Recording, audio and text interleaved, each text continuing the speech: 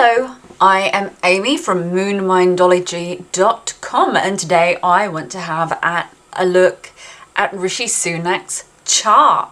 So this time I managed to dig through the depths of the internet and I found it, I think it was part of a magazine, but there's no confirmed time of birth for Rishi Sunak, but this works incredibly well. So I like it, I use it, and I'm going to keep it. And I mean, come on, he had a Hindu wedding. He is Hindu. Someone knows his time of birth somewhere. So in my head, this guy knows his time of birth for sure. Without further ado, so let's start off with finding why Rishi Sunak has a stainless reputation.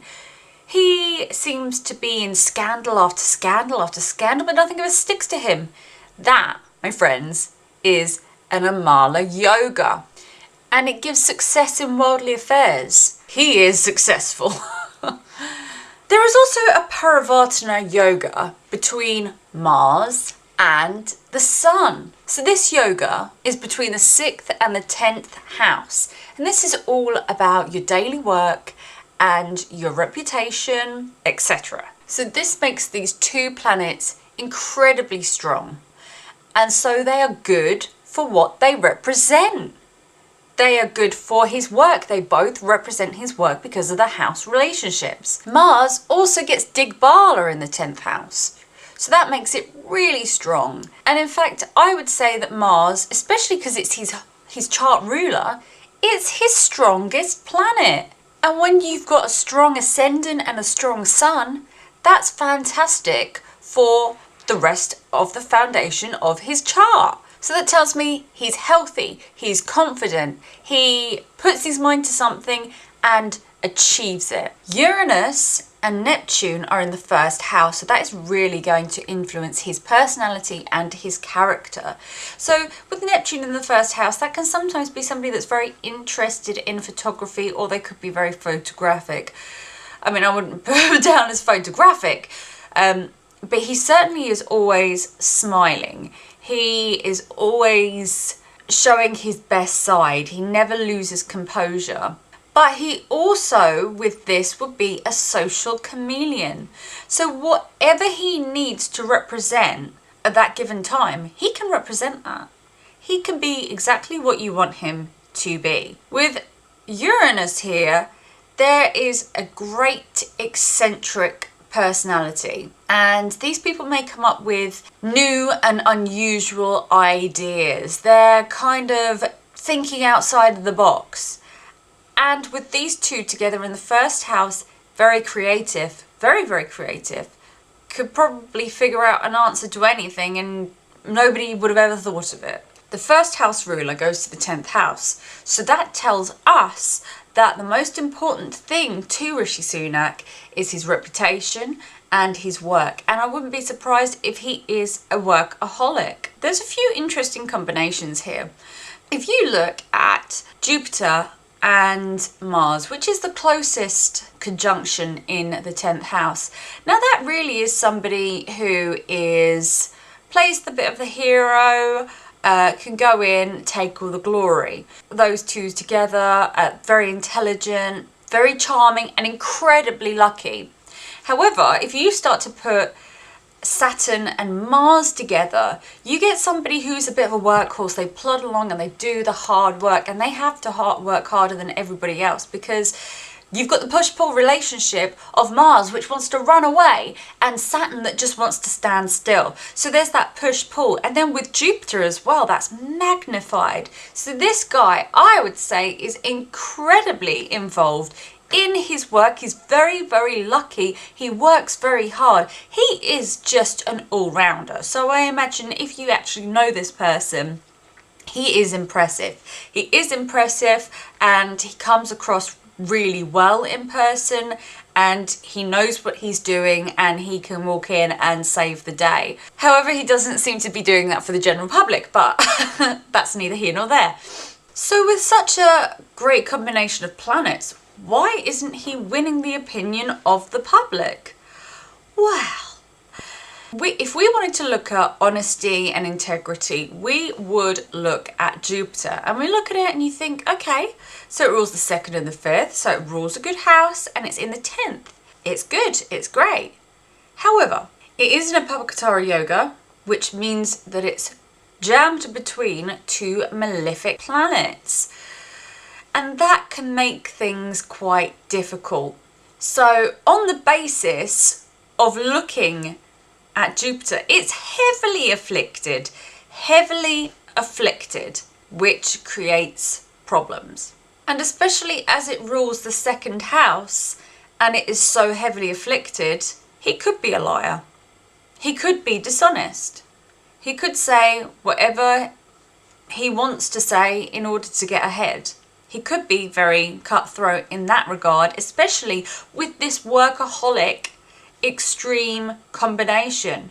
However, Jupiter gives a benefic energy to the planets all around it, which is good for the other planets, but it's not so good for Jupiter itself. Now, 2 of the most powerful planets in Rishi Sunak's chart is Mars and the Sun, and of course they are in this lovely Papakatara yoga, and they are both very, very strong. So looking at his Vimshotri Dasha, just briefly before we go into it fully, he is going to have a cracking time in 2026, where that is really going to light up the 6th house and the 10th house of daily activity, work, servants, employees. He is going to be doing really, really well during that time. And then we look at some of the worst planets. So the worst planets would surely be the Moon and Mercury. And then Jupiter's got a little bit of a problem, as previously mentioned. And you can see in the Vimshotri Dasha,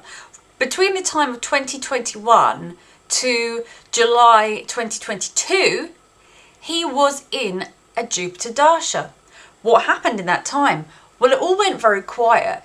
He had notoriety and he was known as the good guy that was kind of like giving all the money out. When he went into his Mars Dasha, that's when he became famous for being a politician. It's when his fame and reputation rose. But in 2021, people started to realise the impacts of giving a lot of money out mindlessly. And then Mars Saturn, Vimshotri Dasha, that's when he became the leader. So those 2 planets, even though Saturn isn't in a particularly good house, this is a really powerful placement. And I think it is the combination of Mars and Saturn that really plays a part in that. Because if you look at people like, I think Jeff Bezos has this combination. And it is just, it's not an easy combination of Mars and Saturn, but it creates a tenacity that is insurmountable. These people, once they put their hard work and their mind to it, there's just no stopping them. So the moon is dark because it's outshined by the sun, which means that there can be some emotional issues and there can be some problems with his mother, as well as the moon is represented by the mother. The sun is also conjunct Mercury, which is very interesting, as the sun is also conjunct Mercury to the degree. The sun and Mercury does give a very bright mind, but because Mercury is combust by the sun, it can also give some tendency towards overthinking. However, it gives amazing analytical abilities. And of course, if you work in banking or research, you need those skills in order to do your job effectively. In the 10th house, with all these planets, if we look at it, we can see that Saturn in the 10th. What does that mean? Well, that could be somebody that works in a government, but a strong mind is good with accounting. And then you've got the combination of Rahu and Jupiter. Now, they're both expansive planets, and Rahu is very, very materialistic, and it gives, but with a price. There's always a price to pay with Rahu.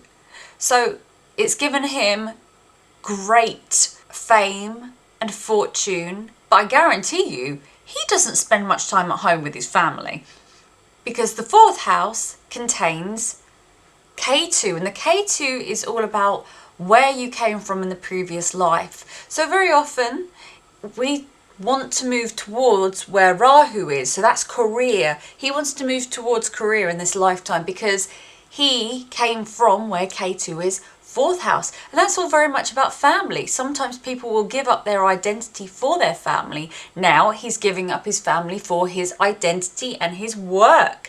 So that is the idea of the nodes, past and future, and we are trying to get away from K2, and that's a place where we feel lost. It creates a loss, so we want to move away from it and go towards the place where we have an abundance and overflow. With so many expansive planets in the 10th house, he would have been successful from a very young age. And it's interesting that we think about that, because if you think Mercury is about youthfulness and the Sun is about kings, he is the youngest prime minister so far. So that's literally playing out in his chart. So Pluto is all about power, and it's in the 11th house. So this is somewhere that he could fall into the trap of corruption. And the 11th house is about the world and our ambitions. Pluto in the 11th is about somebody who wants to make a change for greater humanity on a global scale. But there can also be a great obsession with money. And there can be megalomania as well. Venus in the 8th. Venus is all about luxury items and billionaires, and sitting in the 8th house. Now the 8th house is all about charm, allure, banking, insurances, and other people's money. So he is a banker, trying to avoid a Freudian slip there. So with Venus here, if he was to ever to break up with his wife, he would be quids in. So 8th house planets, especially like this, is really good for, as I said, other people's money and getting benefits from other people. However, because Venus is a representation of love affairs and the wife, in the 8th house, it can be problems in the marriage. But what I like about this chart is it's quite literal. So his wife is a major source of income for him, and he's benefited from her very much looking at this. But it also can be disappointments in romance as well. So with Jupiter and Saturn, you'd expect that combination of somebody to be very financially conservative. And of course, he did launch a program where billions of taxpayer money was given to the rich in order to create a huge government debt so that more bankers could make more money. He's involved with the banks, and of course the banks control the inflation, so everyone's paying higher rates because Rishi Sunak gave out a load of money during lockdown, and it all went to the rich. And interestingly, a similar thing happened in America, and let's look at that moon. 6 degrees of Aries. That's a degree off of Joe Biden, who's at 7 degrees. King Charles, who's also has the moon, 7 degrees of Aries. And I think Kamala Harris is 4 degrees of Aries. So that is a lot of people with a moon in pretty much the same place. The chances of that are pretty low. And I would say they're all there for a reason and something's going on. And the chances of there being an event with all 4 of those players involved, I would say is high. This year, something may happen. We may not even know that they are involved together. But Rishi Sunak, if this time is correct, he has the same ascendant as Joe Biden. But not only that, he has Mercury and his Sun exactly opposite Joe Biden's Mercury, to the degree, as well as King Charles is opposed his Sun to the within a couple of degrees as well. I find this astrologically suspicious. Rishi Sunak is currently in the Brahmari Dasha, which is said that it can bring government work, abundance, wealth and promotions. So he has in fact experienced a lot of those things, if not all of those things. But all good things come to an end. And he is going into the yogini of Ulka, which is ruled by Saturn. And that's going to be happening in July 2023. Ulka is associated with debt, disease, loss, family issues and enemies. So his luck could change significantly when he moves into Ulka this year. But looking at the Vimshotri Dasha, he is in the Bhukti of Saturn. He is in the Mahadasha of Mars in the 10th house, and Saturn is also in the 10th house, and that is his Bhukti ruler. So in September 2023, he will be moving into the Bhukti of Mercury. Now, Mercury is one of his weakest planets, and it's not particularly happy in the sign, and it's very close to the sun, and it's combust. Not only that, it has some affliction. So if America does have a financial crash, I do believe that he will be affected by this. And the Mercury Bhukti period starts around about the time I would expect a crash to happen in the American stock market. So will he get a rise from an unfortunate event during this time? I'm not sure. He could well do.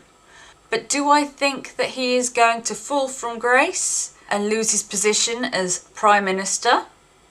There is a possibility in the Mercury Bhukti. He will be in Mercury Bhukti until September 2024. And I've read that the latest point for a general election in the UK to take place is December 2024. He could move into that Dasha and find that the 4th house of endings does trigger an ending. However, if you look at the current transits, Saturn is sitting in his 4th house. 4th house is about how things end. So it could bring an ending.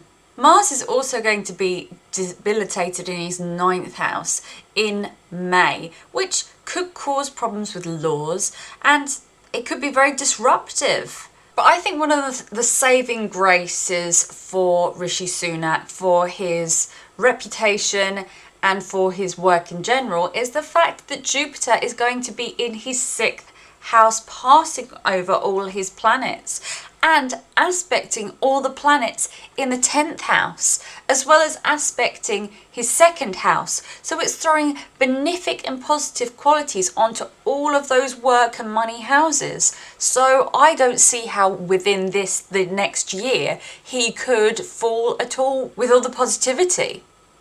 On the 17th of May, Jupiter will pass over his natal moon, and then the 22nd of May, Jupiter will aspect his natal Jupiter. So I think things are going to be going his way for a little while at least. Jupiter going backwards and forwards over his moon and Mercury. Now Mercury could be a bit problematic, it could be scandalous, and it could be something to do with leadership. On the 17th of May, Jupiter will pass over Rishi Sunak's moon. So this can expand emotions. He can be feeling something strong, and especially with a afflicted moon that's not that happy, there could be a sense of loneliness. There could also be problems with women as well. Then Jupiter's going to be aspecting natal Jupiter on the 22nd of May. So that's going to be the aspect to his 10th house. Now this could possibly be very good for his career. And I do think that during this time, things are going to be going his way. There may be sort of like little dips, but for the most part, it's going to be pretty good for him. One thing I will say, that Saturn aspected his moon in April, and April was full of scandal about Rishi Sunak, and he did manage to get through it pretty much unscathed, but a lot of the general public now really despise him because of the dishonesty that came out. It's now said that there was a text message, an emergency text message test that went out to everyone, and it was subcontracted out to his wife's company, and our tax money spent billions on getting this message out. So people are pretty upset about that. And Saturn is going to make that aspect again at the end of the year, which could mean that he's thrown into further scandals and more problems. So I don't think this is necessarily going to be an easy ride for him, but there are going to be peaks and troughs. But I think he's going to remain pretty lucky as long as Jupiter is making an aspect to his 10th house and all the planets in there. In August, Uranus is going to be transiting the Sun and Mercury. The Sun is about personal power and Mercury is about communication. He could be overconfident during this time, and he could be prone to say extreme things and take extreme action. But there could be a sudden change of mind, but there also could be a sudden change of leadership. Now that could affect him perhaps at the beginning of August, or because Uranus is going to be going retrograding and going back over, it could be around September. And lastly, it could be May 2024. But it is going to be going backwards and forwards, bringing a theme. And the theme will start in August time. And we'll start to see it raise its ugly head. What is the transit of Uranus over the Sun going to be? I think it could possibly bring a sudden change of leadership at some point due to the fact that it's affecting so many charts. In September, Saturn is going to be opposing Mars. So there is going to be that sense of push-pull frustration that I spoke about earlier. And this also is going on around about the time when I think that the American stock market may have a crash. So that's of course going to put a huge strain on the Western world, on Europe, on America, and that will undoubtedly affect Rishi Sunak and his business. So could there be a fall from grace during that time? Possibly. Possibly could be. But he does have positive transits over his Mercury and Sun in April 2024. So he does have that luck still going on. So it may not be until Jupiter moves out of Aries into Taurus, that may be the point where he does lose the luck that has been carrying him during this time. And Jupiter will be leaving Aries in May 2024. So I think a lot does revolve around what's going to happen in September. Is my prediction going to be right about the stock market? Because that I think is going to have a huge impact on what we are going to see next. But I hope you enjoyed this reading. I have some good news to announce. I have launched my readings on my website. So if you want a reading with me one-on-one, head to my website, moonmindology.com, where you can set up an appointment with me. Of course, as always, if you like my content, don't forget to subscribe and like the video. Thank you very much, and I look forward to seeing you next week. Bye for now.